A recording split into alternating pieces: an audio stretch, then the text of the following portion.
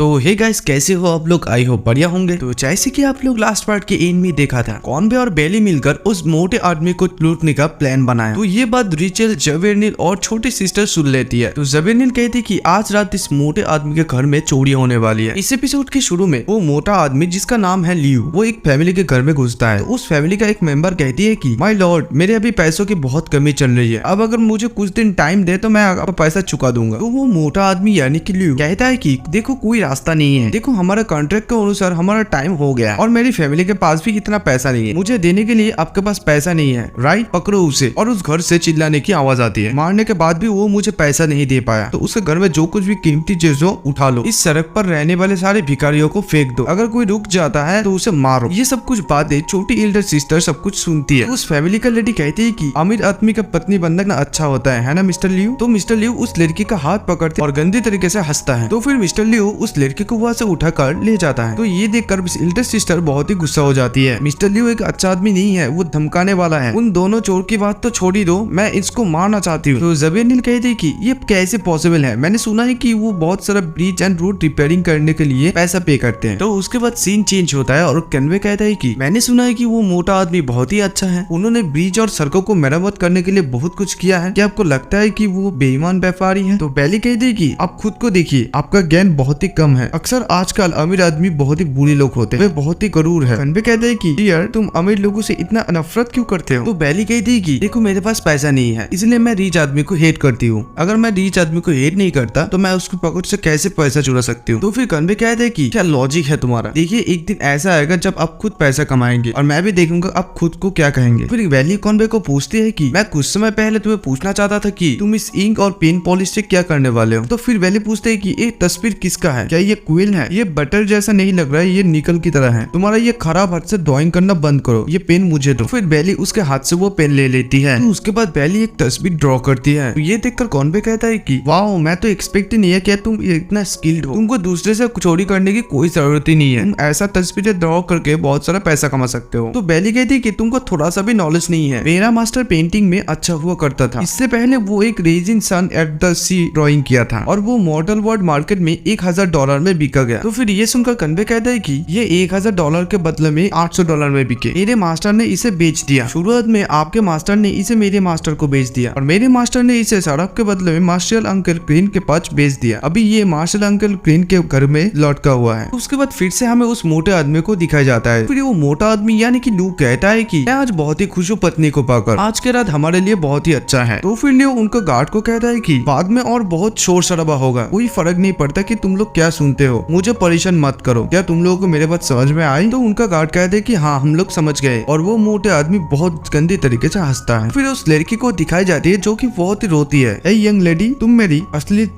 के सामने झुक जाओ। उसके बाद बेली और कन्वे उस मोटे आदमी के घर के ऊपर दिख रहता है। वो दोनों भेष बदल कर आता है चोरी करने के लिए। तो कन्वे कहते हैं कि आपने ठीक कहा, ये आदमी बहुत ही बुरा है। एक अच्छा आदमी खुद के लिए बैक गार्डन नहीं बनाते हैं। तो उसके बाद कन्वे बेली को चोरी का प्लान बताता है। देखो, आलतू फालतू चीजें मत उठाना, काम की चीज उठाना, हमें शिष्टाचार होना चाहिए। क्या तुम समझ रहे हो? बेली कहती है कि हाँ ठीक है, लेकिन तुम क्या करोगे? कन्वे कहता है कि मैं बेडरूम में जाके सोना और चांदी चुराऊंगा। तो बेली कहती है कि देखो, तुम पढ़ने जाओ, मैं सोना चांदी चुरा लूंगा। तो कन्वे कहता है कि दत्त तरीके, आप सिर्फ सोना और चांदी जानते हैं, अब नहीं जानते हैं कि एक्वेंटिक कैलिग्राफी और पेंटिंग कितना वैल्यूएबल है। सिर्फ इस बात की चिंता है कि तुम सिर्फ सोना और चांदी जानते हो, अच्छी चीज को नहीं पहचानते हो। देखो, हमें याद रखना चाहिए, हम चोर है, लुटेरा नहीं। देखो, किसी को पता भी नहीं चलना चाहिए और किसी को मारना भी मत। क्या तुमने देखा सामने की दरवाजे पर गार्ड है? और तभी बेली वहां से चले जाती है और कहती है कि खिड़की से जाओ। और उसके बाद कन्वे छुपके से खिड़की से अंदर चले जाता है और गार्ड को पता भी नहीं चलता। कन्वे अंदर घुसकर सोचने लगता है कि कुछ दिन पहले मैं उस छोटे चूहे को मारा और अभी देखो मैं क्या कर रहा हूँ। तो उसके बाद कन्वे वहाँ पर टॉर्च जलाता है और देखता है बहुत सारा सोना। तो कन्वे कहता है कि हे भगवान, ये कितना अत्याचारी है, ये पर सब कुछ गोल्ड का है और यहाँ तक कि इसका पेन भी सोने का है और कितना भारी है। क्या इसका काली लिखने के समय थकते नहीं है? यहाँ तक कि माउंटेन कैलिग्राफी और पेपर पेंटिंग पर भी सोने का धागा का टैटू है। सोने का कलश और सोने का पानी रखने वाला बर्तन। सच में यहाँ पर सब कुछ सोने का है। इस अमीर आदमी के पास बहुत ही ज्यादा दिमाग है। हाँ, मैंने जो सोचा उससे चीजें बहुत अलग है। मैंने उसे कहा कि अच्छे अच्छी चीजें ढूंढ कर लेने के लिए, लेकिन यहाँ पर मैं आग बंद कर कुछ भी अगर पकड़ू तो ये सोने का होगा। और तभी अचानक कन्वे के पीछे कोई आता है और कन्वे का कैंडल बुझ जाता है और घर में अंधेरा ही अंधेरा होता है। तो कन्वे कहते हैं कि चोरी करने वाली परी क्या तुम हो? तो फिर से कन्वे कहते हैं कि ऐसा बंद करो और अपना बिजनेस पर ध्यान दो। वो लड़की कहती है कि 16 मूव कॉम्बो और धीरे धीरे छाया करीब आता है। देखो, हमारे मन में कोई नफरत या नाराजगी नहीं है, मुझे परेशानी में डालने के लिए ऐसा क्यों किया? फिर वो लेडी कन्वे को मारने लगता है। तो कन्वे कहता है कि हे, तुम मुझे मार क्यों रही हो? तो फिर से वो मोटे आदमी को दिखाया जाता है। तो मोटे आदमी कहता है कि हे छोटी लड़की, तुम जितना ज्यादा रोकोगी मुझे, मैं उतना ज्यादा एक्साइटेड हूँ। मैं बहुत ही एक्साइटेड हूँ। तो मोटा आदमी उस लड़की के पास जाता है और किस करने की कोशिश करता है। तो तभी बैली आ जाती है और उसे एक एक मार के नीचे गिरा देती है। और बैली कहती है कि तुम्हें डरने की कोई जरूरत नहीं है। तो वो छोटा लड़की कहती है कि तुम कौन हो? बैली उस मोटे आदमी से कहती है कि हे मिस्टर लियो, मैंने सुना है कि तुम बहुत ही अमीर हो, तुम्हारा पैसा कहाँ है मुझे बताओ। मिस्टर लियो कहता है कि मेरे पास कोई पैसा नहीं है, इवन मेरा फैमिली एक वक्त का खाना भी अफोर्ड नहीं कर सकता है। तो बैली कहती है कि मुझे ऐसा लगता है कि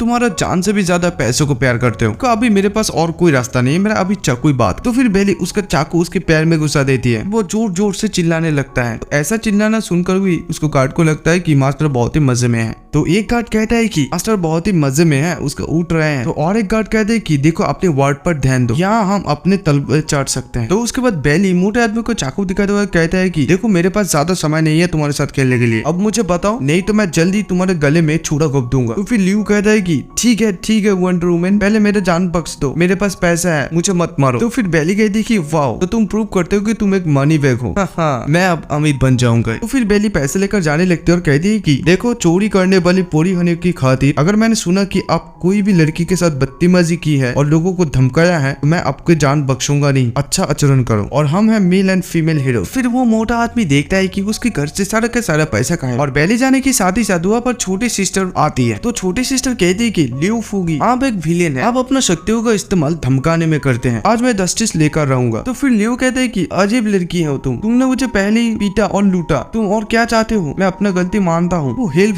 कर चिल्लाने लगता है। तो उनको गार्ड को लगता है कि वो मजे कर रहा है। एक गार्ड कहते हैं कि पीछे मत देखना। और इधर कन्वे और रिचल की फाइट हो चलती है और कन्वे को ये पता नहीं होता है कि ये रिचल है। तो कन्वे कहता है कि आप मुझे क्यों परेशान कर रहे हैं, अभी भी यहाँ पर बहुत सारा खजाना है, आप ले सकते हो। तो उसके बाद कन्वे एक पॉड उठाकर रिचल की तरफ फेंक देता है और फेंक कर वहां से खिड़की से भाग जाता है और रिचल उसे एक मुक्के से तोड़ देती है। उसके बाद सभी लोग इधर उधर भागने लगता है और फिर बैली उस लड़के को कुछ पैसा देती है और कहती है कि देखो तुम मुझसे बदला नहीं ले सकती हो, ये लो और तुम्हारी फैमिली के साथ कहीं चले जाओ। तो वो लड़की कहती है कि थैंक यू फीमेल लाइट, मैं इतना काबिल नहीं हूँ कि उसके साथ बदला दूं। तो बैली कहती है कि कोई बात नहीं, इसका नाम मत लेना, तुम सिर्फ जाओ। तो उसके बाद बैली वहां से चले चले लगते हैं तभी, और वो समझ जाती है कि उसके पीछे कोई है। और तभी ज़बीर-ए-नील अचानक से उसके ऊपर अटैक कर देती है और बैली को ये पता नहीं कि ये ज़बीर-ए-नील है। और बैली जैसे तैसे बच जाती है लेकिन उसका बैग हाथ से नीचे गिर जाती है। तो बैली कहती है कि तुम कौन हो? देखो अगर तुम सोना चांदी लूटने के लिए आए हो तो लियो के घर में जाओ, वहाँ पर बहुत सारा सोना चांदी पड़े हैं, वहाँ से उठा लेकर जाओ। और फिर बैली ज़बीर-ए-नील के ऊपर अटैक कर देती है और बैली कहती है कि देखो तुम्हारा कोई रीजन नहीं है तो बाद में मुझे दोष मत देना तुम्हें मारने के लिए। और ज़बीर-ए-नील उसके ड्रैगन टूथ को देखकर डर जाती है और बैली कहती है कि तुम बहुत कुछ जानते हो, तुम अभी भी हार मान सकती हो। तो गाइस ये एपिसोड यहीं पर खत्म होता है।